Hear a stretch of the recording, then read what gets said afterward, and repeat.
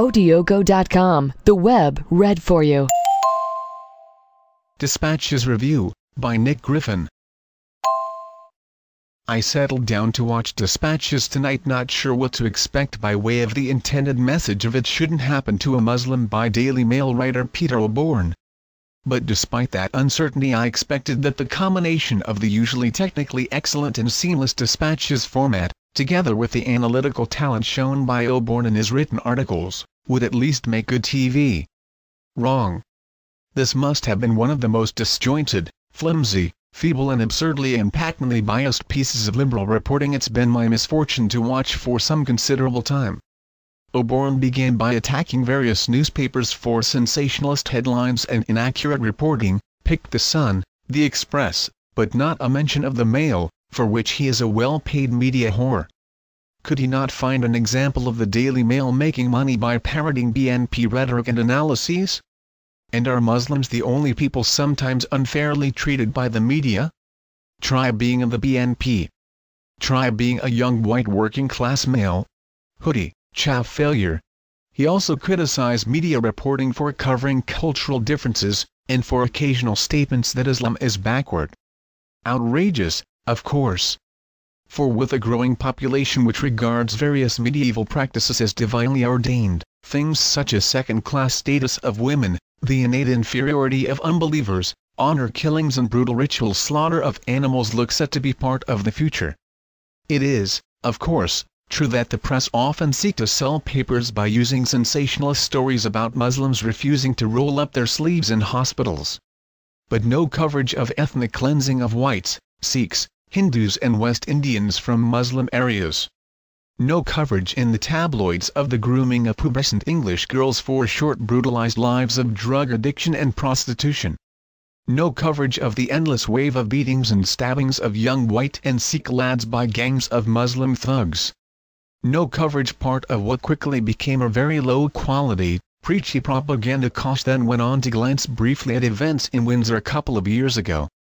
I've spoken to residents in Windsor, and the trouble there certainly wasn't about shaven-headed Muslims clashing with white thugs. It was about tooled-up Muslim men beating up local women and children, something which was never properly discussed in the media. Islam means peace claimed by an imam, a blatant lie, accepted without hesitation by Oborne, who knows perfectly well that it's not true. Then a visit to Walthamstow to show vulnerable young Muslims playing pool and behaving themselves. But not a word about the frequent racist attacks by scores of youths from the so-called Paki Panthers in the area against non-Muslims at the local college. The short piece from Stoke at least credited the BNP with telling it like it is, but then missed the point actually illustrated by the blunt local chap telling group of our activists about his own Muslim cockroach analysis. Far from the BNP winding things up, we're actually much more moderate and polite than huge numbers of perfectly ordinary non-political people, and the Islamophobic papers sell not because they are in some way leading public opinion, but because they are reflecting and following it. The divisions which will one day prove Enoch Powell all too right are already there. The stage is already set for the ghastly finale of the play put on by the liberal left elite. Towards the end we came to the reason for the program. It was an exercise in damage limitation. Preparation for when the bombers or assassins next get through, as we know that special branch and the other elements of the British security establishment know they will. Because, you see, it's all our fault. Not just the BNP, but every Brit who dares to object to the politically correct elite's efforts to give our country away, or to any of the huge range of unpleasant symptoms of mass immigration, ranging from not feeling at home in the street you were born in right through to being blown to pieces on your way to work.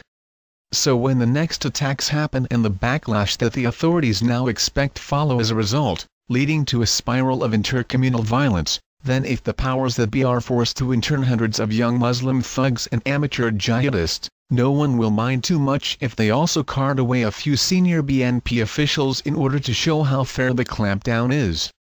Because, as Mr. Oborne has explained, they're only blowing things up because we shift uneasily when some humanoid in a burqa gets on the bus, or because we have an irrational objection to people beating up innocent women on the back streets of Windsor. As the late, great Peter Simple used to write, we are all guilty. Or was it? Should we really take Oborne's offering at ham-acted face value, or was it actually intended as a piece of satire against the BBC and media chatterati? Or perhaps it was in reality something even more radical?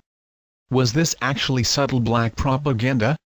For Oborne's fuzzy liberal words will for most viewers, at the crucially important subconscious level, have been overwhelmed by the triumphalism of the giant mosques, the excruciating otherness of the repeated wailing calls to prayer, and the fact that the majority of people shown in the program were Muslims.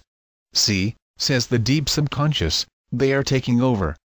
Just look at them all. Perhaps, rather than a raspberry, we should send Mr. Oborne a complimentary BNP membership card. There again, it was a thoroughly shallow piece of work which deserves no plaudits whatever the intention of those who made it.